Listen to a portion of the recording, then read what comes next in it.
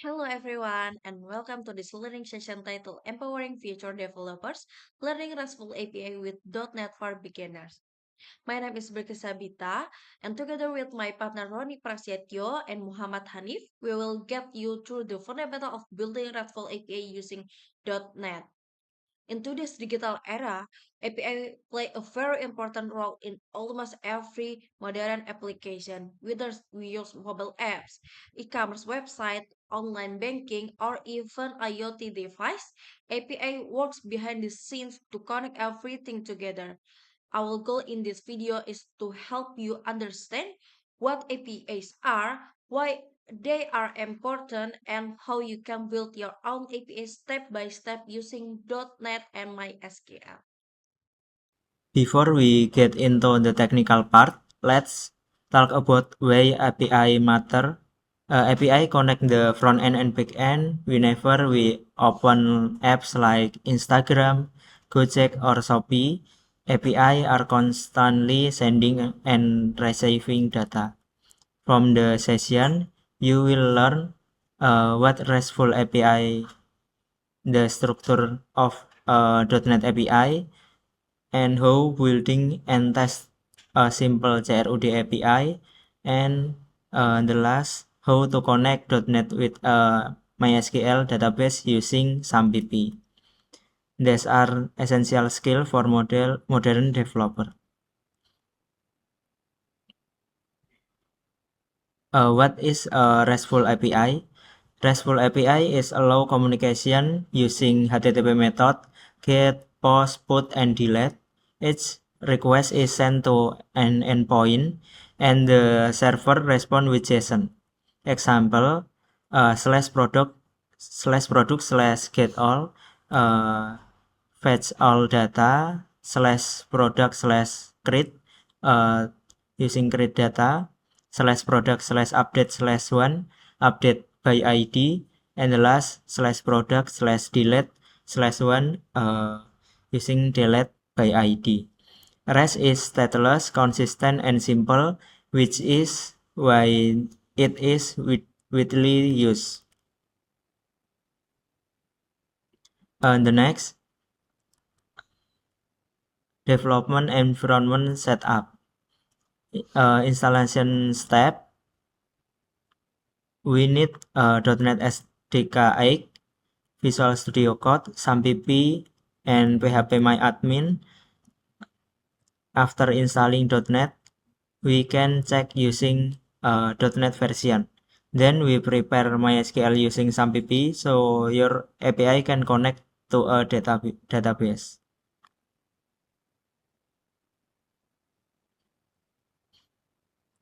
Next, let's create the API project. In the terminal, we type .NET new web API strip f net 8.0 .NET run. This generates a project with Swagger support. Now I will open Visual Studio Code, not to code, but just to show the structure.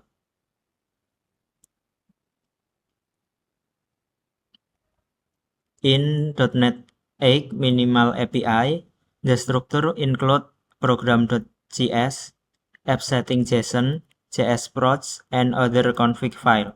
At this stage, the controller folder does not exist yet.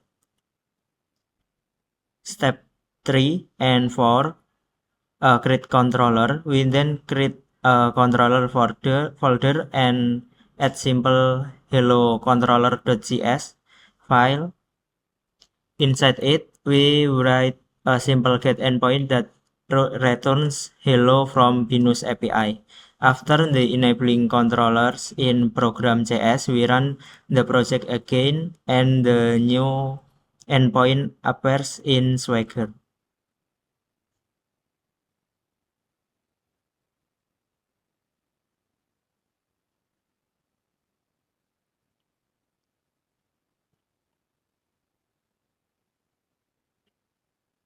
This is a result of API hello. We can look this response body hello from Venus API. We then create a database in my phpMyAdmin named VenusDB, and inside it a table called student. Prepare the connection between the API and the database.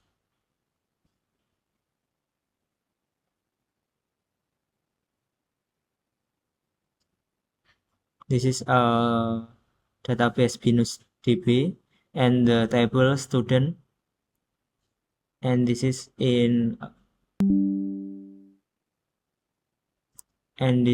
a structure of student, ID, name, and major.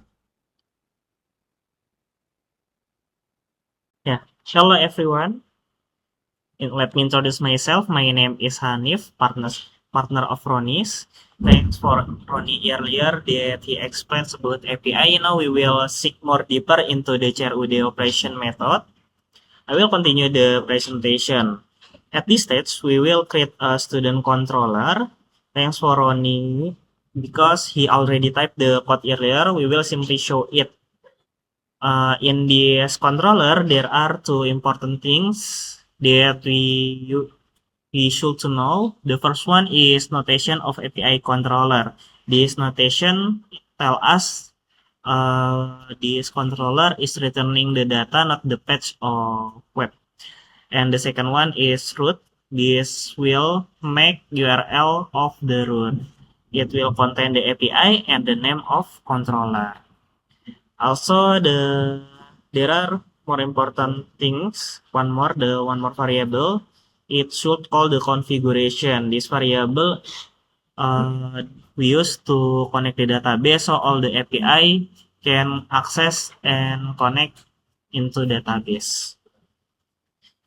Next, we will implement the CRUD method. The first one is read get all. It will use the HTTP get method. This API will retrieve all the data from the database. And the next one is the add student.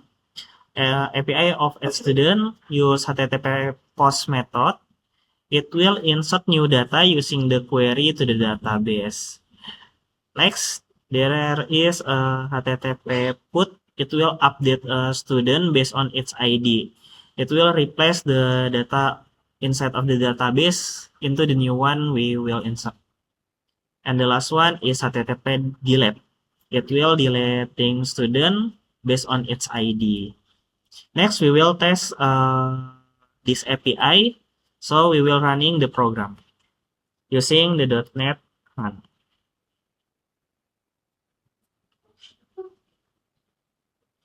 Okay, now we will open the browser and we can open the Swagger, a software that used to testing an API using its URL. Oh, sorry.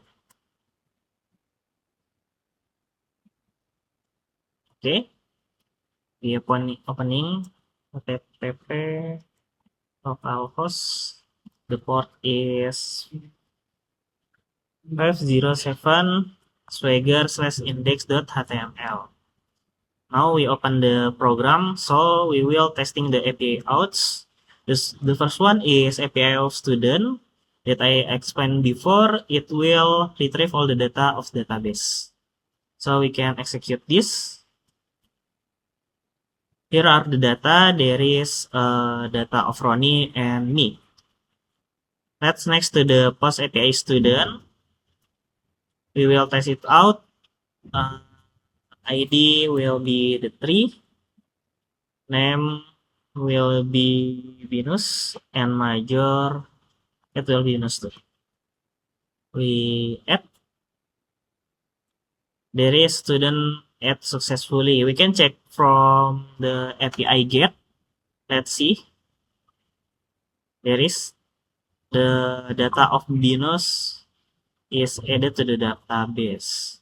So now we will update one of the data. Maybe I will update the Venus data ya. that we have created before. We try. The ID is 4. We will input the data. Binus update. Binus update. Okay, so now we will execute. There is a student update successfully. Now we will check using the API get method. See, the Binus has been already updated.